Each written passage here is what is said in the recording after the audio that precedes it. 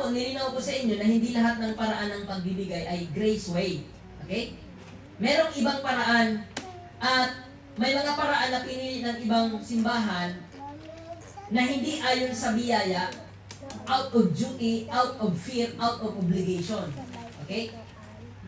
Pero sa church na ito at sa Full Grace Community, ay itinuturo po natin ang grace way giving. And how do we know if it is grace way giving? Paano natin malalaman kung ang ating pagbibigay, personal man o as a congregation sa kabuuan, malalaman po natin, paano natin malalaman?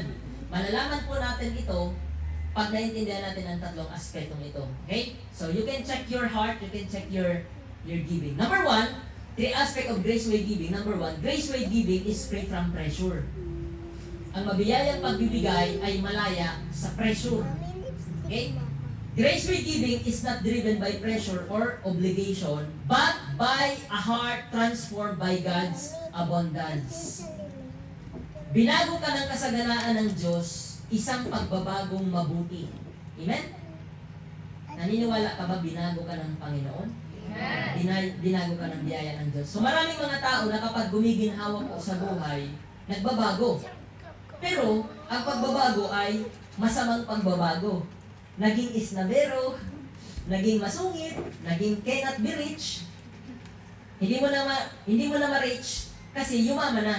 Kasi feeling niya lahat ng mga nag-reach out sa kanya ay mangungutang. Kaya nagiging cannot be rich.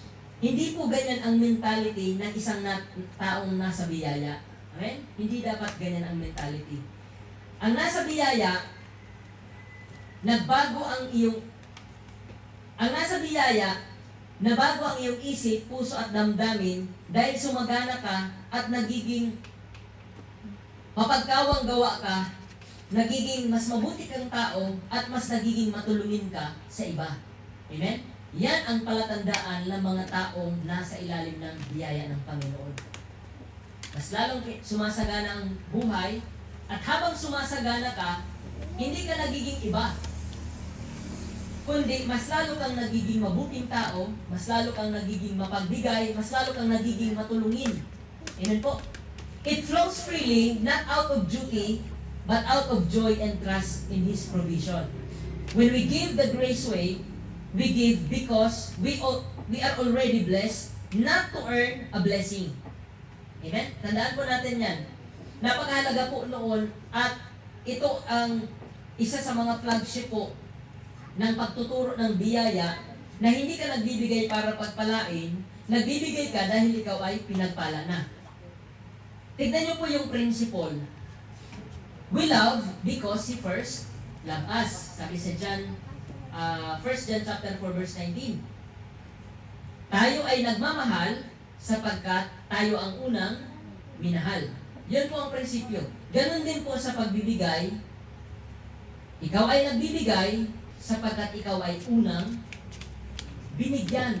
Ikaw ang unang tumanggap mula sa Diyos. Amen? Dahil ano naman ang ibibigay mo kung hindi ka nakatanggap?